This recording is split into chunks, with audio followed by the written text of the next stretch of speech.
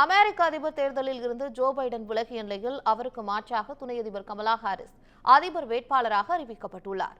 அமெரிக்க அதிபர் தேர்தல் நவம்பர் 5ஆம் தேதி நடைபெறவுள்ளது. இதில் குடியரசுக் கட்சி வேட்பாளராக முன்னாள் அதிபர் டொனால்டு டிரம்ப் போட்டியிடுகிறார். ஜனநாயக கட்சி சார்பில் அதிபர் ஜோ பைடன் வேட்பாளராக களமிறங்கினார்.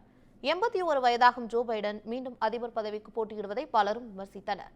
இதனிடையே டிரம்புடன் நடந்த நேரடி விவாதம், அதனைத் தொடர்ந்து நடந்த செய்தியாளர்கள் சந்திப்பு என அடுத்தடுத்து ஜோ பைடன் தடுமாறினார். இந்த சம்பவங்களால் சொந்த கட்சிக்குள்ளேயே பைடனுக்கு எதிர்ப்பு கிளம்பியது. இந்த நிலையில் நாடு மற்றும் கட்சியின் நலன் கருதி அதிபர் தேர்தல் போட்டியிலிருந்து விலகுவதாக ஜோ பைடன் அறிவித்துள்ளார். இதையடுத்து ஜனநாயக கட்சியின் அதிபர் வேட்பாளராக தற்போதைய துணை அதிபரான கமலா ஹாரிஸ் அறிவிக்கப்பட்டுள்ளார்.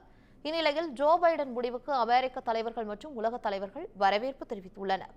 அமெரிக்க துணைத் தலைவர் கமலா ஹாரிஸ் வெளியிட்டுள்ள அறிக்கையில், ஜோ பைடன் நாட்டிற்காக ஆற்றிக்கூடிய சேவை அமெரிக்க மக்கள் சார்பில் நன்றி தெரிவிப்பதாக கூறியுள்ளார். டொனால்டு டிரம்பை தோற்கடிக்கவும் நாட்டை ஒன்றிணைக்கவும் ஒன்றாக போராடுவோம் என்றும் அவர் தெரிவித்துள்ளார். அமெரிக்க முன்னாள் அதிபர் பாரக் ஒபாமா வெளியிட்டுள்ள எக்ஸ் வலைதள பதிவில், ஜோ பைடன் மிக உயர்ந்த தேசபக்தர் என்பதை மீண்டும் நினைவுபடுத்தியுள்ளதாக குறிப்பிட்டுள்ளார். கனடிய பிரதமர் ஜஸ்டின் ட்ரூடோ வெளியிட்டுள்ள எக்ஸ் வலைதள பதிவில், ஜோ பைடன் செய்யும் அனைத்து முடிவுகளும் அவரது நாட்டின் மீது கொண்ட அன்புதான் காரணம் என்றும் அவர் தெரிவித்துள்ளார்.